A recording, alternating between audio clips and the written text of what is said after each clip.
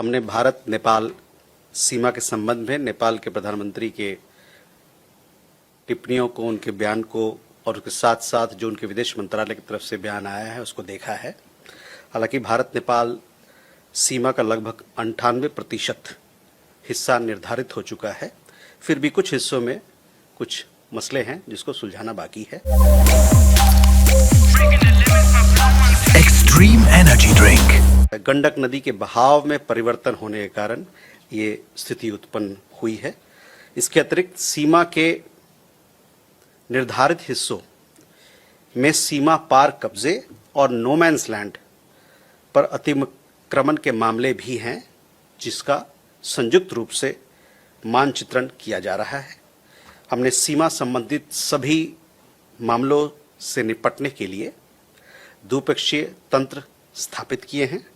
सभी संबंधित पक्षों को यह स्पष्ट होना चाहिए कि भारत और नेपाल के बीच जो भी द्विपक्षीय मामले हैं उसमें किसी तरह से तीसरे पक्ष की कोई भूमिका नहीं है। We have seen the remarks of Prime Minister of Nepal concerning India-Nepal boundary, as well as the subsequent statement made by the Nepali Foreign Office on this matter. While close to 98% of India-Nepal boundary has been demarcated, there are some unresolved segments.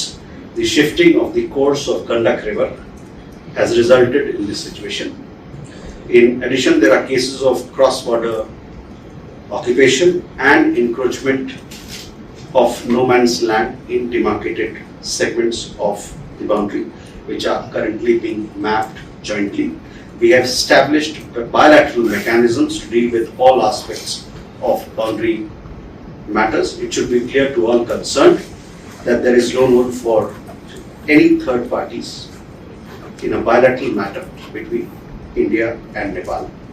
लोगों के बीच में, साथ में दोनों तरफ के राजनीतिक दलों के बीच में भी रिश्ते हैं और ये कॉन्टैक्ट्स दोनों लगातार चलते रह रहे हैं। उनका आगमन हुआ है भारत में, कई एक लोगों से उनकी मुलाकात हो रही है और कई एक हाई लेवल उच्च स्तरीय उनकी मुलाकात भी हो रही है।